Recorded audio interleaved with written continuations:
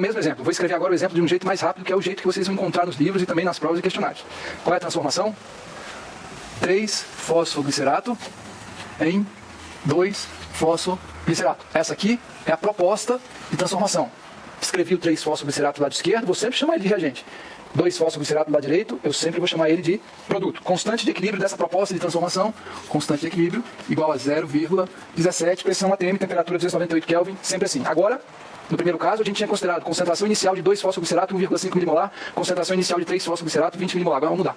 Então vamos mudar a concentração inicial do 2-fosfoglicerato. Eu vou colocar agora concentração inicial de 2-fosfoglicerato, I inicial, esse Izinho da inicial, igual a 4,5 milimolar.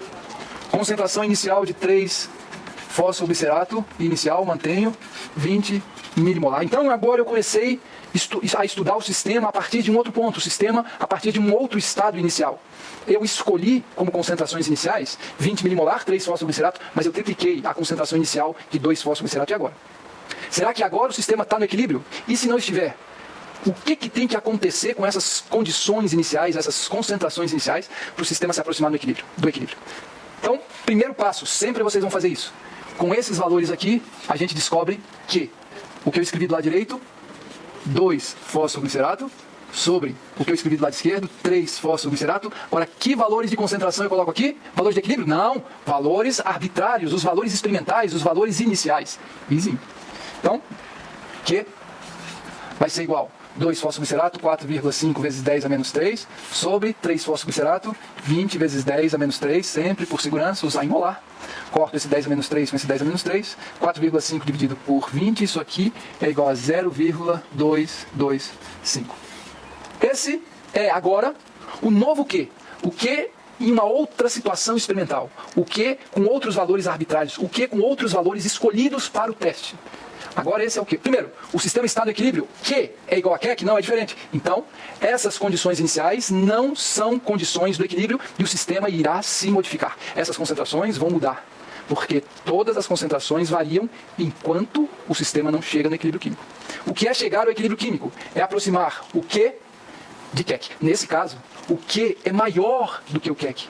Então, para o sistema sair dessas condições iniciais e se aproximar do equilíbrio, ele tem que mudar de maneira que tem que fazer o Q diminuir. Porque ao diminuir, ele vai se aproximar de Keck e ele vai diminuir enquanto não for exatamente igual ao Keck. O fato é que, por Q ser maior do que Keck, Q tem que diminuir. Essa razão de concentrações iniciais tem que diminuir. A divisão da concentração de 2-fosfoglicerato inicial pela concentração de 3-fosfoglicerato inicial, essa razão tem que diminuir. Como é que ela diminui? Uma razão diminui se você diminui o que está no numerador. Mas diminuir o que está no numerador significa diminuir a concentração de 2-fosfoglicerato. E para diminuir uma razão, você tem que aumentar o denominador. Então, a concentração de 3-fosfoglicerato tem que aumentar.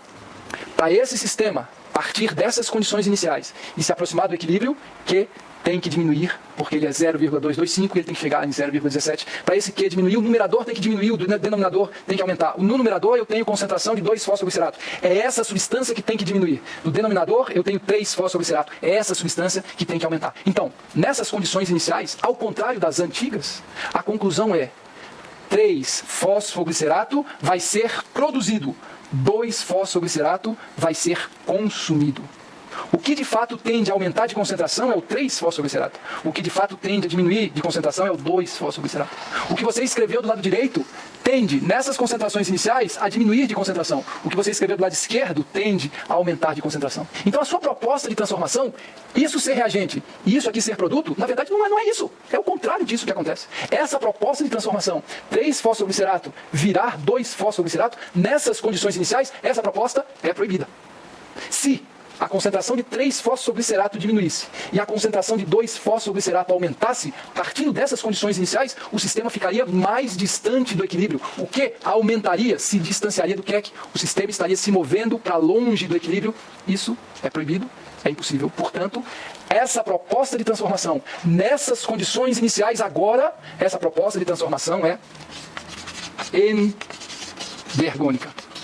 O ΔG dessa proposta de transformação com essas condições iniciais, o ΔG é positivo. Tá certo? Isso foi mais um exemplo para mostrar para vocês que, para muitas reações e para todas as reações do metabolismo, é possível você imaginar uma situação experimental onde o ΔG seja positivo e, mudando a situação experimental, o ΔG seja negativo. Então a pergunta, tal reação, tal proposta de transformação é espontânea ou não? A primeira observação que deve ser feita é, calma aí, em que condições? Porque para todas as reações do metabolismo, que são os exemplos mais importantes que a gente pode lidar, para todos esses exemplos, é possível imaginar condições iniciais que levam a um ΔG positivo. E é possível imaginar condições iniciais que levam a um ΔG negativo. Isso mostra a dependência do ΔG das concentrações iniciais dos participantes de uma reação.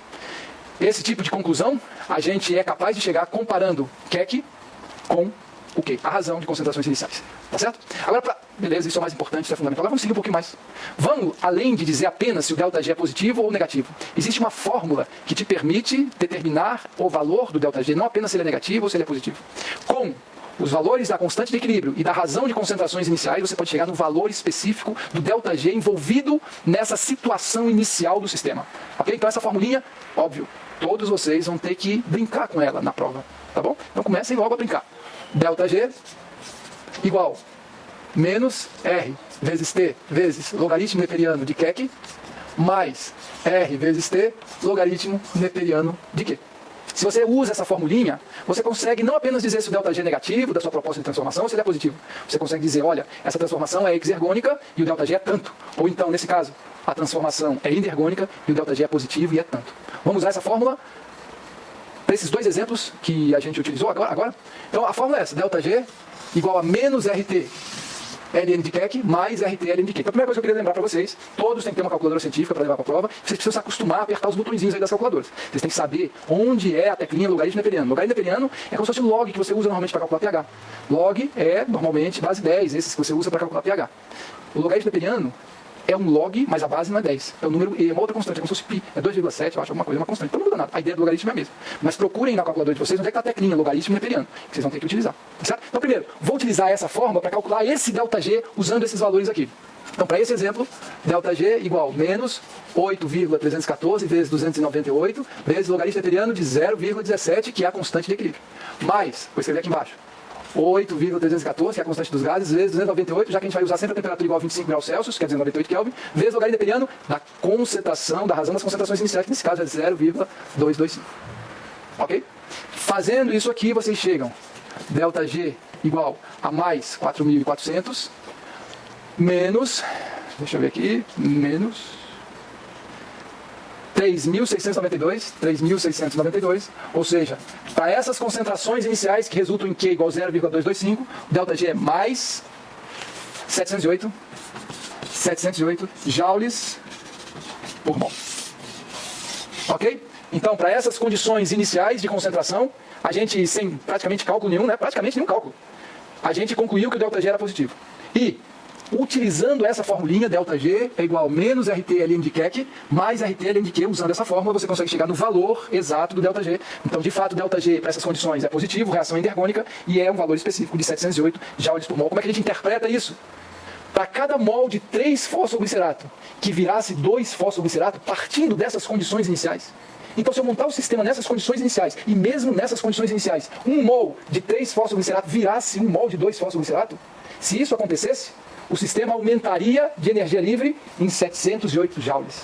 E vocês sabem, é completamente proibido para um sistema, pressão e temperatura constante aberto fechado, elevar a quantidade de energia livre de Gibbs. E isso afasta o sistema do equilíbrio. Todas as transformações reais, espontâneas, tudo que acontece no nosso corpo tem ΔG negativo. Só as transformações com ΔG negativo, ou seja, fazem o sistema no estado 2, no estado final, ter menos energia livre do que no estado inicial, só essas transformações são as transformações permitidas do ponto de vista termodinâmico. São as transformações exergônicas. Ok? Eu gostaria que, como exercício, vocês usassem essa formulinha para calcular o ΔG daquele primeiro exemplo, quando ele dava um valor negativo, porque as condições iniciais eram diferentes. Tentem fazer esse cálculo. Tentem fazer outros cálculos. Inventem qualquer valor de concentração inicial. Pensem na fórmula. Tentem imaginar um jeito mais prático de escrever essa fórmula aqui. Tá certo? Good luck.